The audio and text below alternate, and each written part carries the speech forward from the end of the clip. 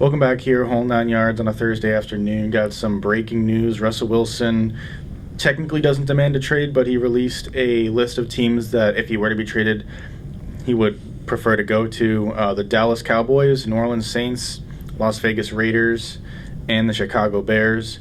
Wilson's going to be 33 next season, and he's been frustrated with the Seahawks for, I would say, probably a good amount of time at this point, whether it be offensive line or Wilson not getting enough say in the organization. He's fed up.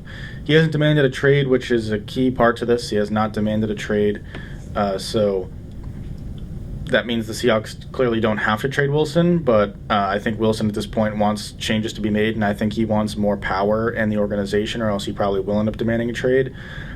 My take on it is if you're the Seahawks, you should still keep Wilson. I think you can still win a Super Bowl with Pete Carroll and Russell Wilson as your coach-quarterback combination. If you can just tighten up the defense. I mean, you have Jamal Adams. Whatever you think about him, he's still a top 5 safety in this league, at least. And if you can just get a competent defense around him and scheme Adams, you can. As long as you have a good defense, I mean, you can easily win a Super Bowl with Wilson, Carroll, Metcalf, Lockett. Running back's pretty irrelevant as long as your offensive line is decent, which they should get a decent offensive line if Wilson gets his say in the organization. Yeah, I mean, I would say I think they definitely could win a Super Bowl with Wilson at quarterback. Their defense definitely has to improve. I just don't. I'm scared of what happened last year. You know, the first half he was amazing, their team was amazing, and then the second half something just happened. And I know they fired Brian Schottenheimer, their offensive coordinator, which Wilson really wasn't in agreement with. He thought that it was more his fault than Schottenheimer's fault, but they fired him. So that's also kind of where this little rift has come from, some organizational type stuff where he hasn't really been involved or they haven't been listening to him, where he's clearly the franchise quarterback of that team. So based off what happened last year, I mean, if that's going to repeat itself in the upcoming years, and like you said, he's getting older. He's getting into his 30s, his mid 30s, where no matter how great he is, he's gonna start to break down at some point. And if you have this guy who's clearly a top 5 quarterback in the league, and you haven't been to a Super Bowl since his second year in the league, where he was on a rookie contract, he wasn't the same player he is now, which can affect your team as a whole. I mean, obviously, when you have to pay your quarterback that much money, you can't spend in other places, which we've seen. But yeah, I think they should definitely keep him. And it doesn't seem like he really wants to go out of Seattle, but I think he said, I don't know if he actually said this or if it was his agent. I think it's his agent, but it's clearly coming from Wilson. He said he wants to play in Seattle, but if a trade were to happen, like you said, you want the Cowboys, Saints, Raiders, or Bears. So it seems like he wants to stay in Seattle, but he's not opposed to leaving if that were to happen. I mean, what if you're one of these teams, what would you give up for Wilson? Yeah, I mean, I would...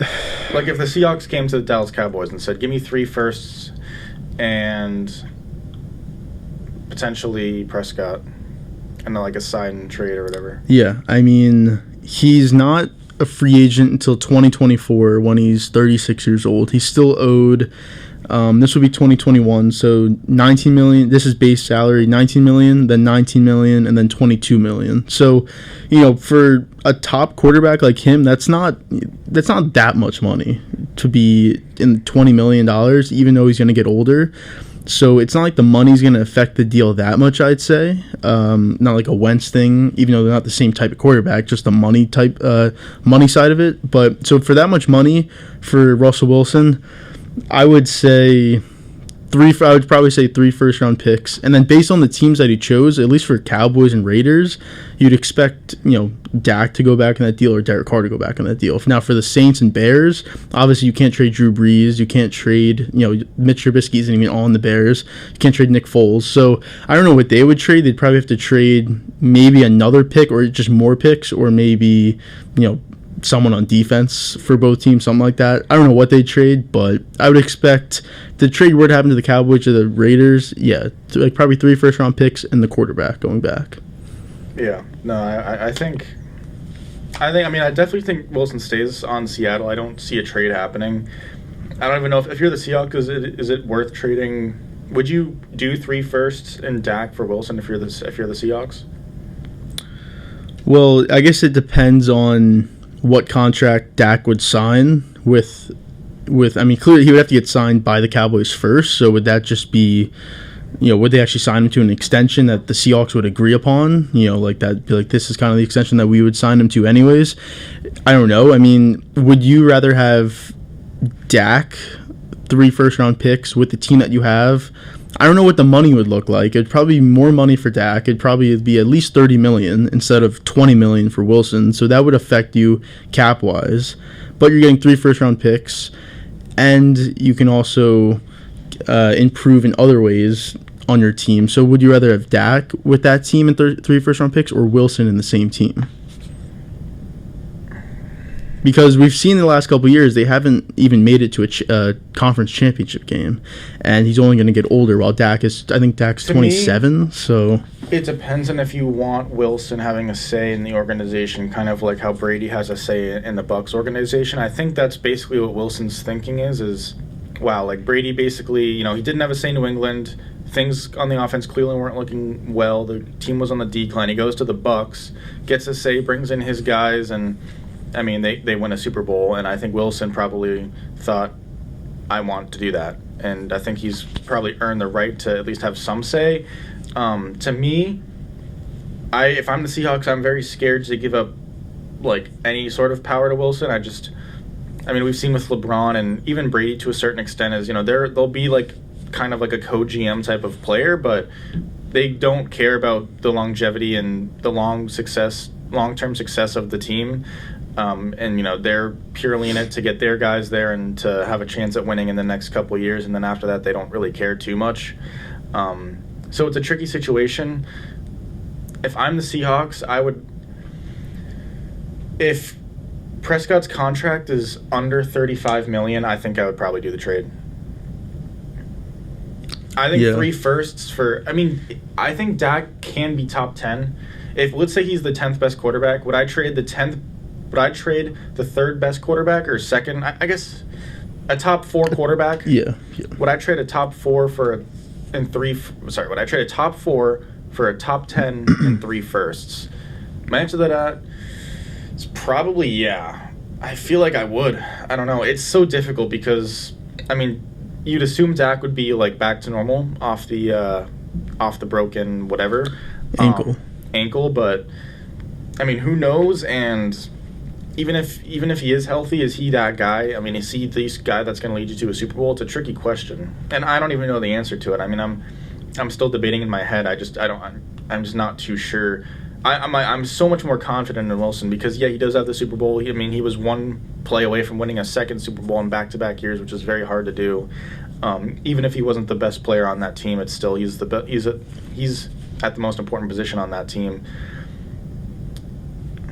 It's just, do the Seahawks have enough draft capital and to get back to a Super Bowl competent roster or competing roster? I'm not too sure without the picks. So yeah, I feel like because they traded those picks for Jamal Adams. I think it was 2 first-round picks they traded for Jamal Adams. So they lost 2 first-round picks there. They're usually picking at the back end of the draft anyways, which they're very good at drafting, but it's hard to consistently have good picks when you're picking at the end of the first round.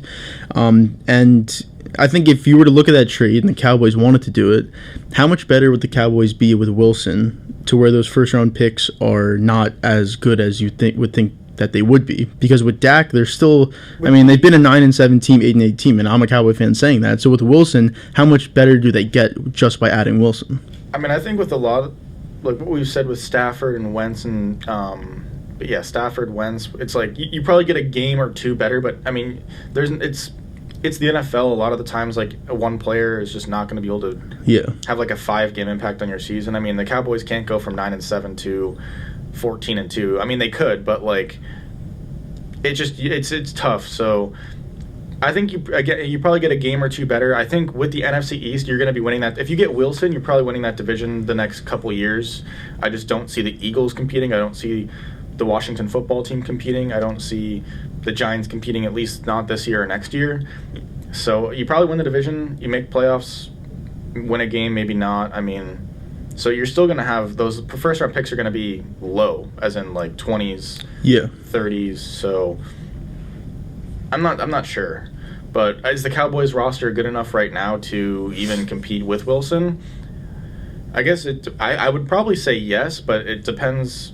You really need people to stay healthy. Like, I mean, Leighton Vander Esch can't get hurt. Like, I feel like you have every single week there's like 3 Cowboys players hurt. Yeah, and it's almost kind of the same situation in Seattle where you have good outside weapons. They, in Seattle, he's Lockett and Metcalf, who, are 2, you could say, top 20 receivers, top 15 receivers, probably. And then you have a running back. I mean, I know you have Zeke in Dallas, but he's not the same running back he was. I'm not saying he's Chris Carson. He's definitely better than Chris Carson, but he's closer to Chris Carson now than he was 2 years ago. And your offensive line, if they stay healthy, they're good, but the problem with their offensive line is that they don't stay healthy, as we saw last year. So it's almost the same situation, and the defense isn't great. So how much better could he be, or could the Cowboys be with Wilson? He was clearly a better quarterback than Dak, but it's kind of the same team that he was with Seattle. So if he's going to go, 10-6, 11-5 in Seattle, what's he going to do in Dallas with a team that was, what were they, 6-10 last year, I think they were. So, and they clearly would have been better with Dak, a healthy season from Dak, but it probably only would have been 8-8, maybe 9-7. So how much better are they really getting with Wilson? I just don't know. Maybe a game or two, but I just don't know. All right. It has to be a yes or no answer. Nothing further. Seattle offered 3 firsts and Dak for Wilson. Yes or no? You're the Cowboys. I'd say no, because I don't think we can win a Super Bowl with this team. Okay, now you're the Seahawks, and it's the same question. Wilson for 3 firsts and Dak. I would say yes, because I think you can upgrade your roster while decreasing a little bit in quarterback, but not so much to the point where you're completely out of contention. Now, they're in a much harder division, which may sway that opinion, but I think if they were to upgrade their roster with picks and have good drafts over the next 2-3 years, and Dak was to be a top 10 quarterback consistently, then I think they would have a real shot at a Super Bowl. I think after thinking about it, I think I'm the opposite. I think I'm yes on the Cowboys and no on the Seahawks. I think you can probably, and I guess this is kind of a cop-out answer, but I think you might be able to get something slightly better if you're the Seahawks. I mean, if you already have you probably have at least 4 teams bidding. I mean, Chicago seems like they would bid. Dallas would probably throw in an offer. The Saints would definitely throw in an offer. The Raiders seem like they would definitely throw in an offer as well. I'm sure there would be other teams as well that would probably try to talk to Wilson's agent and be like, can we work something out? Will Wilson waive his no-trade clause if we can get him over here for whatever? But if this was the best you can get, if I'm the Seahawks, I don't say yes, just because, yes, the 3 first-round picks are huge, but I just think the quarterback decrease in talent is just a little bit too big for me, not to mention that Prescott's going to be paid at least $10 million more probably than Wilson will. Yeah. Wilson's also just the bigger star. He's much more iconic in the NFL. If you're from an owner's perspective, you're going to sell more Wilson jerseys than you would Dak jerseys, at least in my mind. Well, I mean, Dak sells more jerseys than Wilson because he's in Dallas. If they're in the same situation, if they're both in Seattle, not that they would be both in Seattle, but Wilson's a bigger icon than. If Wilson went to Dallas, there would be so many jerseys sold. It would be insane. It'd be instantly it's a quarterback getting traded to the biggest football franchise in all of sports. So no, you're right on that. If they're both in small markets, Wilson would be more than Dak, definitely. Yeah. I think I don't do it though. I think the quarterback decrease in talent is just enough to the point where I don't know that even with those 3 firsts you're competing. And I think you might have a situation where you've got some players in their prime / aging-ish players, and then you're going to have some very young players, and I'm not sure if you're going to get the whole roster to be in their prime at the right time. Yeah. And then Dak also has to be at least a top 10 guy probably to win a Super Bowl, unless maybe he's like an Eli Manning or a Nick Foles situation where he gets hot in the playoffs. But even then, I think the safer bet is to stick with Wilson, because I know for a fact, and I guess I don't know if I know for a fact, but I'm much more confident in Wilson to be a top 3 quarterback than I am in Dak being a top 10. So...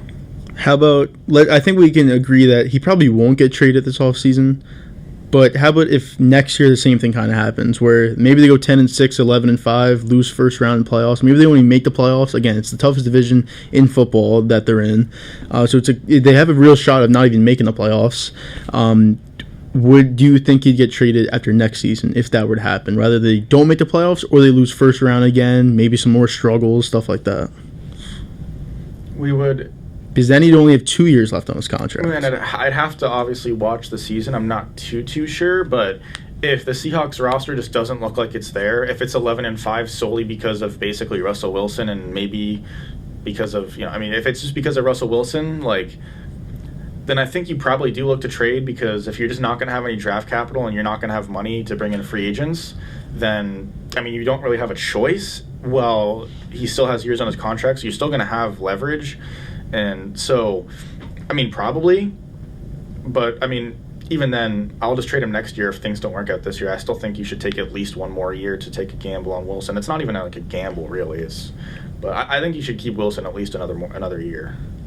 Yeah, I would say I don't think the Seahawks would ever want to trade him, but if the same thing would happen next season, next off season, I think he would demand a trade, because again, he hasn't demanded one, but he's not opposed to it. But I think if the same thing were to happen, where it's basically him doing everything, and if he wasn't there, they'd be like 1-15, then he would probably demand a trade at that point. The question is it because of the team's success, or is it because he doesn't have any say in the situation? I'm not too sure. That he'd want to demand a trade?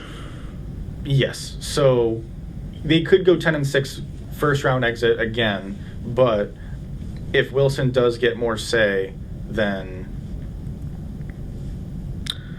he might not demand a trade. Yeah, if he were to get more say in the organization moves, maybe. But again, you said it before. I don't agree with giving that to a quarterback. I would say the only person is Tom Brady, but that's a special situation that we probably will never even see again. Maybe Mahomes, just because of his talent, but I would give it to Mahomes. The only reason Brady even got But Mahomes not yet. You have to, he has to at least, I know he's done a lot, but you have to give more years. He can't be the fourth year in and he has basically, some control over what happens in the organization. Brady's built that up over 20 years.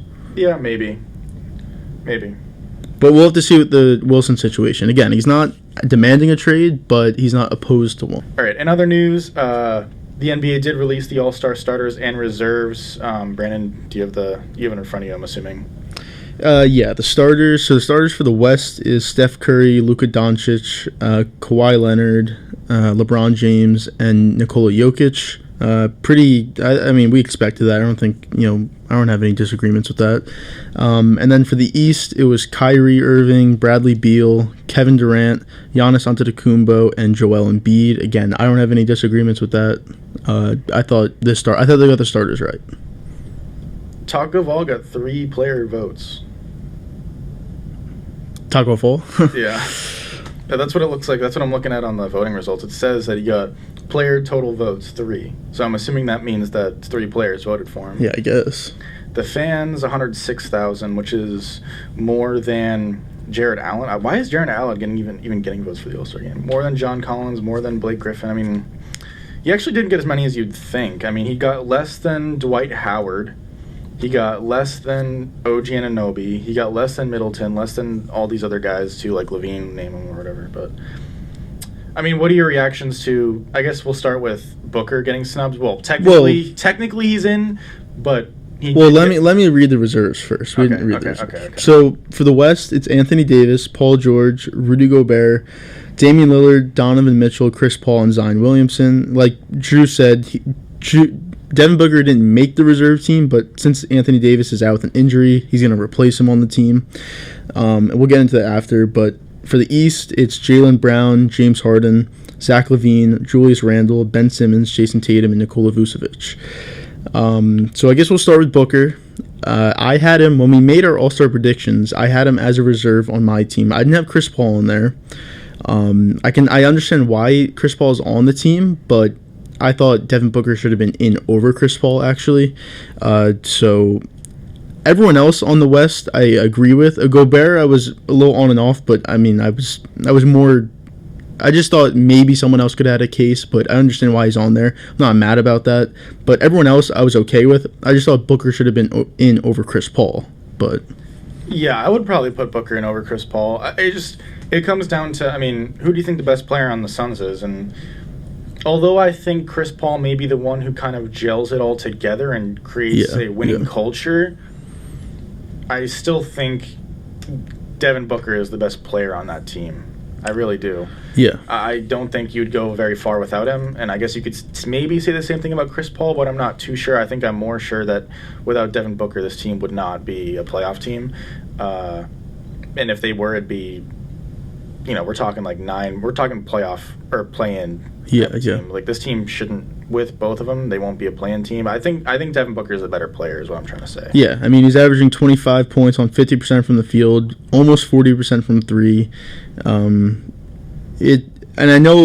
understand why Chris Paul's on there, because you add Chris Paul to the team. He's having a pretty good year. Maybe the stats, like the basic stats won't say, but the advanced stats will. But what he brings to the team, I think they're fourth in the West right now, which is kind of surprising. I didn't think they'd be that high, but again, teams have struggled, like the Mavs and the Nuggets, so that's probably why they're that high. But yeah, I mean, they're going to be they're going to be a playoff team, not a play-in team. They're going to be a playoff team, and I just think Devin Booker should have been in over Chris Paul. But again, with Anthony Davis being injured, and everyone knew that, I think everyone knew that Booker was going to get in, but I think people just wanted him to be announced as an all-star reserve instead of an injury replacement. But again, he'll be there, so it's not like it matters that much. Yeah. And then I think, like I said, I think everyone for the West, I think we agreed on everyone else. And then for the East, some people that got in, I guess, was LaVine and Randall. It seemed like they were going to be all-stars. Maybe LaVine was maybe not so much, but he's coming on a hot streak these last couple of weeks, which I think has kind of propelled him. Because again, for the reserves, it's the coaches who vote on it. It's not media, it's not players, it's not fans. It's only the coaches. So I think they kind of saw what the Bulls have been doing. I think they're sixth in the East right now, which doesn't say much as the Eastern Conference, but for the Bulls to be sixth when they were kind of predicted to be one of the worst teams in the league, and it's really only because of LaVine. That's pretty impressive. So, yeah, I don't really have a problem with it. So I thought Sabonis, maybe Bam could have been on the team. I don't know who they'd replace, but I thought they at least had a shot at making the team. I'm pretty sure I picked Bam when we did our All-Star reserves. But again, I don't really have a problem with anyone on this list. What do you think about Trae Young not making it? Yeah, that one, I didn't pick him. I don't think I picked him when we did our reserve thing anyways, but I don't know. Look, he's had a good year. The Hawks they've been kind of up and down. They haven't been great. But I don't know. I know he's averaging 27 points, but I don't know. I didn't think it was terrible that he didn't make it. Yeah, no, I would agree with that. My biggest thing is, like, are you going to try to tell me, and I know the All-Star voting isn't necessarily all about this, but I just would not agree if anybody said that Randall is better than Trae Young. Let me pull up. Sabonis, Bam. Trae Young, Sabonis, Bam. I guess I would throw Jimmy in there, although I wouldn't put Jimmy as an All-Star over Randall this season. Yeah. But I don't know. It's difficult because, like, for the rest of the year, like, I'd rather have most of those players over Randall. And I guess Randall kind of deserves to be an All-Star, but I feel like if Randall wasn't a first-time All-Star on the New York Knicks, I don't know if he gets in. Maybe I'm wrong because it is more coaches when we're talking reserves, but I don't know. And I just feel like overall you could say, I don't know. I think he should be an All-Star. He's averaging 23 points, 11 rebounds, 5.5 assists on 48% from the field and 41.5 from three. And he's on the Knicks, which have been, historically bad the last couple years. They're a playoff team, whatever you want to say. They are a playoff team right now. So I think he should have been an All-Star. I don't really have a problem with that.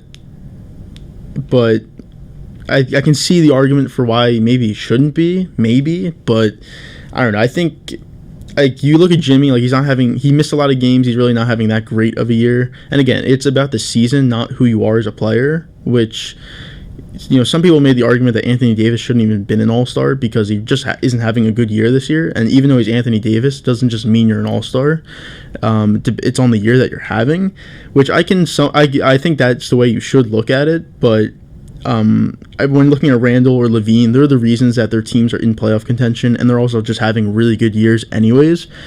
Some people are saying Ben Simmons, if you look offensively, I think he's averaging like 14, 15 points a game, but it's really defensively. That's kind of why he's an all-star, because he's probably the best perimeter defender and probably a top 5 defender in the league overall. So that's really the reason why he's on there. I know I saw some people disagreeing that he shouldn't have been one because even Simmons in the last, I forget how many games it was, but he's averaging like over 20 in the last, I want to say like 5 or 6 games. He's been offensively, he's been putting up numbers as of recently, which potentially helped his case out. I'm not too sure if it did or not. Maybe he gets in regardless, but I don't know. I definitely think you can make an argument Sabonis over somebody. I mean, 53% from the field, 35 from 3, 21.5 points a game, 12 rebounds, 6 assists, a steal a game. Yeah, and I know they have Brogdon, but he's really their best player, and I think he's objectively their best player, and he was an all-star last season, and he's only gotten better, right? Yeah, he's been better this season than he was last year. So I think the reason he didn't get in is because he lost a little bit of steam, and the team lost a little bit of steam, but I mean, if you want to make the argument about, let's say, the Knicks being a playoff contender, I mean, you should be making that argument about Sabonis and the Pacers, I think, too. Yeah, and even in Bam's case, I mean, I think right now the Heat are the 8 seed right now. Indiana's the 4 seed. So you can make that argument and that they could be all-stars. Now, Sabonis is having a better season than Bam, I would say. And now defensively, obviously, Bam's better than Sabonis, but I think those two lost their spots to Randall and Levine. If you look at the first 4 seeds of both conferences, the only team that doesn't have an all-star is the Pacers. Yeah. And now, is that relevant? I'm not. I mean, when it comes down to it, the Pacers are the 4 seed, right? But they're 15-15. Yeah. And the Raptors are 16-17. Bulls are 15-16. Hornets are 15-16. So, I mean, the Cavaliers, who are 12-21, are only 4.5 games back from the Pacers at the 4 seed, and they're the 14th seed in the East. So, yeah, it's like they're the 4 seed, but it's just because the East is so bad when you get out of that top 3. But I think he probably could have been, but I think the season that Randall was having and the season that Levine was having, it was pretty hard for him to get into that, in the reserve list. And then you have Vucevic, who, people probably just don't even know about Vucevic, but he kind of has to be an all-star. If you just look at the season he's having, he's clearly their best player. He's really the only reason they're really relevant, honestly. He's averaging 24 points a game, 12 rebounds. He could shoot the 3 ball. He can handle the ball. So, I don't have a problem with that either. I don't either. I don't have a problem with him being an all-star. But in the same breath, I'll also say, again, it's the same principle with Randall and Levine in a way. It's there are clearly better players that aren't an all-star when Vucevic is. Now, again, that's not what the all-star is necessarily about. Yeah. So I'm not going to complain over it. But I will also say that, Vucevic is not a top 25 player in the league. So, which the top, top 24 all-stars. So I would say he's not a top. He might be an all-star now, but I wouldn't have him in my top 25 players in the league. Yeah, because out of the snubs, there is at least 3 snubs out of both conferences that I would take over Vucevic. Maybe as players, yes, but when looking at the All-Star game, it's only the first half of the season. No, so yeah, 100%. Yeah, I know what you're saying. I'd rather have Booker. Again, he made it, but Booker. So I'd rather have Sabonis, probably a Bam. There's definitely players I'd rather have, but again, for both teams, I don't really have too much to say in disagreement with how they were chosen. Some people were saying for East starting guard, they were saying that it should have been James Harden over Bradley Beal, which I wouldn't have had a problem with if it was that. Because if you look at James Harden's season, it's probably one of his best seasons that he's ever had. And you may be like, that's crazy because he's averaged 36 points a game one year. But he's averaging, I think, 25, 11 assists and 8 rebounds or something like that, shooting I think it's like 38, 39% from three, but he's been shooting 41% since he got to the Nets. And he's only getting into more shape. I mean, he was clearly overweight when the season started with the Rockets. So, he could have easily been a starter. And again, all the advanced numbers go to him more than it does to Beal. But, I think people kind of fell in love with, he's averaging 33, and he's really I know Westbrook's been better, but, the only reason the Wizards are, somewhat relevant right now is because of Beal. So I think people kind of just fell in love with that. But, I mean, again, that's starter versus reserve. It's nothing crazy to talk about. Yeah, it definitely is pretty tough to argue 3 Nets on the starting lineup. Yeah, I mean, and maybe they definitely there's an argument to be made that they deserve it. Yeah, but is their record good enough to the point where I can justify putting Harden over Beal when Beal is having such a statistically great year? Because the Warriors never had 3 starters in the All-Star game. Thompson never started an All-Star game with Curry and Durant. So if you're going off that, now Harden's a better player than Thompson, and I know Harden teams are better than the Nets teams. Yeah, and I know Harden was in the West when that was happening, so he was always at starting guard. But if them 3 never started the same time in an All-Star game, it's tough for these 3 too. And I know it's in the East, and I know it's different and everything like that. But it's it's hard to make that argument that 3 Nets could be in the starting lineup together. Yeah, if their record was. I think they're 20 and 12. Right now? They're 21 and 12. 21 and 12. If they had the same record as the Jazz, I think you could make a much better argument. I think the Jazz are what? They're like 25 and 6. 25 and 6, I think it is. Yeah. I know they have 6 losses. Yeah. If they had a record like that or better, I think you'd have a much better case. 26 and 6. But I don't know. Yeah, if they were together from the start of the season, then possibly. Because those first, 8 games or whatever it was, he's with the Rockets, he's with the Nets, he's not overweight, anything like that. Maybe he still is, who knows. But he's definitely playing better than he was with the Rockets, so maybe you can make the case there. But again, that's not too much of a problem. So, yeah, I think we're both in agreement that we kind of agree with the list. I don't think, we think anything crazy. I don't think there's any super bad snubs. I mean, the biggest one, again, is Booker, but he's making it anyways, so I don't have a problem with it. Are you going to watch the All-Star game this year?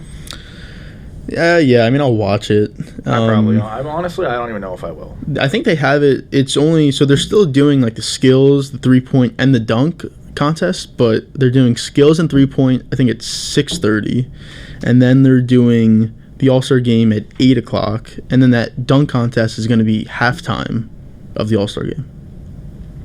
That's the way they're doing it. Dunk contest will be? It will be at halftime, yeah. Then I guess I might have to watch the All-Star game, because I'll watch the dunk contest, I'll watch the three-point contest.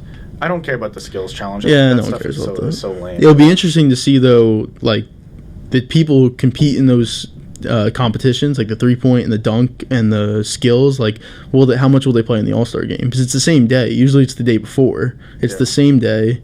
And, Do we know who was in the dunk contest yet? I don't know if it's announced yet. I think they were saying Zion might be in it, but he hasn't confirmed that he's in it. But it's, for the All-Star game being in, a week and a half, 2 weeks, whatever it is, nothing's really been said about anything. Yeah. It probably will be in the next couple of days, but nothing's been said yet. Yeah, I'll definitely have to watch the three-point and dunk contest, though, just because I've got to get some Twitter exposure. So. Yeah. The dunk contest will be fun. At halftime, you'll have to see who's in it, but it should be pretty fun, honestly. I'm hoping for, maybe Levine in there again. Yeah, maybe. I'd like. Hopefully, but I don't know. I'd like to see a Zion would be huge. Obviously LeBron would be huge as well, but LeBron's never gonna do it. Never gonna do it. I don't understand why, but whatever. I don't really care. I've always thought the dunk contest is a little bit too hyped, and I think there's this I don't know. It kind of annoys me how I feel like the dunk contest people will have a bias about it and hold players in higher regard that have been in one dunk contest. It's like a Vince Carter. Yeah, well, I think it means something if you win it, though. If LeBron were to compete in one, first of all, and then win one, I think, and if he were to compete in one, he probably would just win it just because it's LeBron, but I think it means something. It's not like it means everything, but it means something. It means something. It just doesn't mean anything. And in terms of legacy, I'm never gonna be oh, Jordan, won dunk contests and LeBron didn't or whatever. I'm just gonna compare them on the court, I guess. Yeah. So. But yeah, I mean, that's pretty much it for this episode. I appreciate everybody who stayed till the end. If you're hearing this on the radio side, follow the YouTube and Spotify, just the whole 9 yards. If you're on the YouTube and Spotify side, WQAQ Radio, you can just Google search it. Tuesdays, noon to 2 Eastern Standard Time, so tune in for that. But other than that, we'll be back Tuesday at noon on both. So, yeah.